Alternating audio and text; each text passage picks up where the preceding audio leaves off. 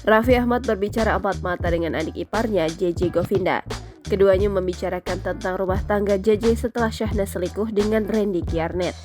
Saat itu, JJ Govinda mengaku hidupnya seakan runtuh jika mengetahui perselingkuhan Syahnas, sebab rasa sayang JJ terhadap Syahnas begitu besar.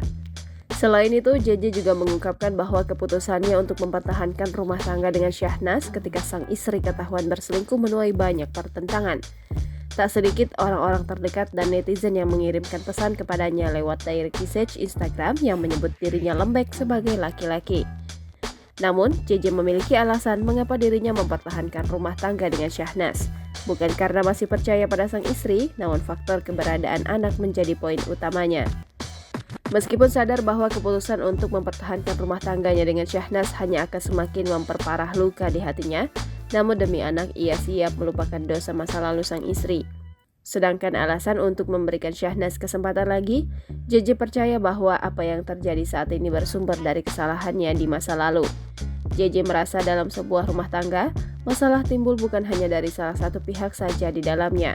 Di masa depan, JJ berharap keputusannya untuk mengesampingkan perasaan demi anak-anak dapat dijaga dengan baik oleh Syahnas.